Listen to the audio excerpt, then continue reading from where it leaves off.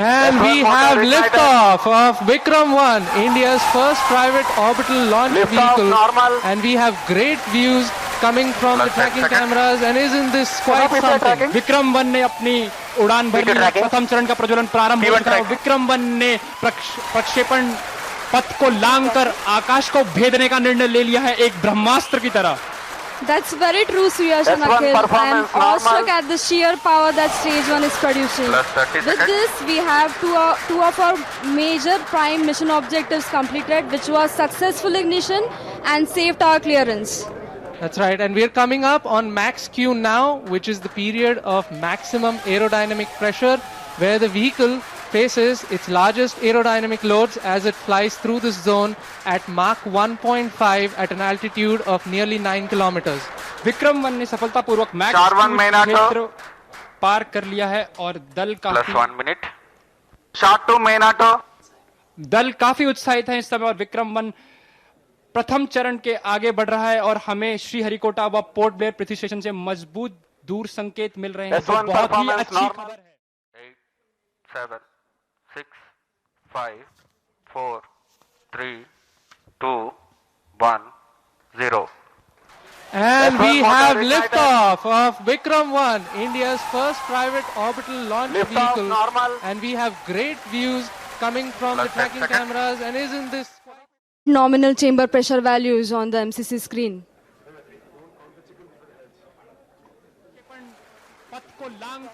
The vehicle is currently at an altitude.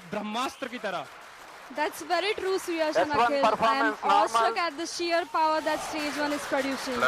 With this, we have two of our major prime mission objectives completed, which was successful ignition. और निजी company की बड़ी छलांग के रूप में भी इसे देखा जा सकता है। पहले 11:30 बजे का वक्त था, लेकिन 35 मिनट लेट लेकिन लॉन्चिंग हुई है और सफल लॉन्चिंग बताई जा रही है। पीयूष पांडे हमारे संवाददाता हमें ज्वाइन कर चुके हैं।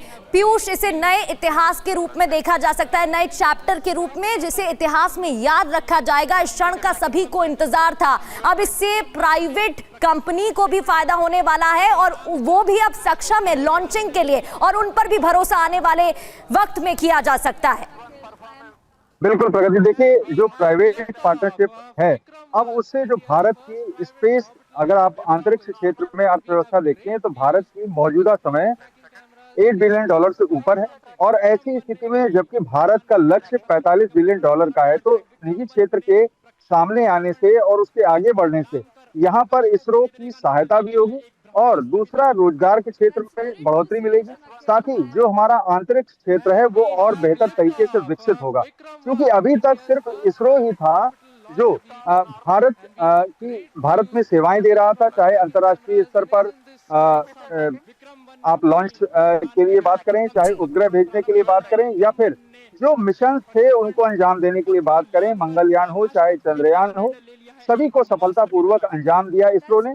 और भारत की सरकार ने ये व्यवस्था सोची कि अब निजी क्षेत्र को भी इस क्षेत्र में आगे लाना चाहिए, ताकि जो भारत की आंतरिक क्षेत्र की अर्थव्यवस्था है उसको $45 बिलियन तक लाया जा सके, क्योंकि अभी 1 लाख करोड़ के नीचे है ये अर्थव्यवस्था, और आने वाले भविष्य में जब $45 बिलियन के करीब पहुंच जाएगी तो आप समझ सकते हैं कि भारत में सिर्फ इसरो ही नहीं, अन्य जो कंपनियां हैं जो खास तौर पर आंतरिक क्षेत्र में व्यवसाय करेंगी, वो अंतरराष्ट्रीय स्तर पर अपनी सेवाएं देंगी, चाहे वो पार्ट्स बनाने को लेकर हो, चाहे वो लॉन्च को लेकर के हो, चाहे उपग्रह भेजने को लेकर के हो।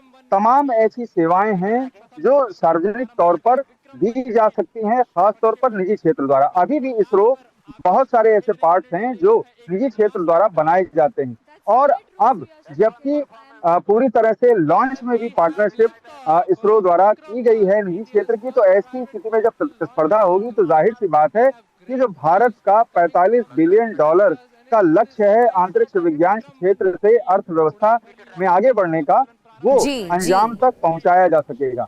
और आप देख सकते हैं कि ये सफल लॉन्च हुआ है, और ऐसी स्थिति में जबकि अंतरिक्ष विज्ञान क्षेत्र में इसरो पहले ही तमाम कीर्तिमान भारत में स्थापित कर चुका है, तो अब निजी क्षेत्र का इसमें पार्टिसिपेट करना ये स्पष्ट करता है कि भारत की रणनीति क्या है और अंतरराष्ट्रीय स्तर पर अगर आप बिल्कुल, अमेरिका को भारत देखें कैसे तो आगे बढ़ वहां रहा है पर समय को देखते हुए माफी के साथ पीयूष आपको रोक रही हूं, लेकिन आने वाले वक्त के लिए भी एक ये बहुत बड़ी उपलब्धि है। बहुत बहुत शुक्रिया आपका जानकारी देने के लिए। इसरो का बोझ कम होगा और अब गगनयान जैसे प्रोजेक्ट्स पर इसरो ध्यान दे पाएगा।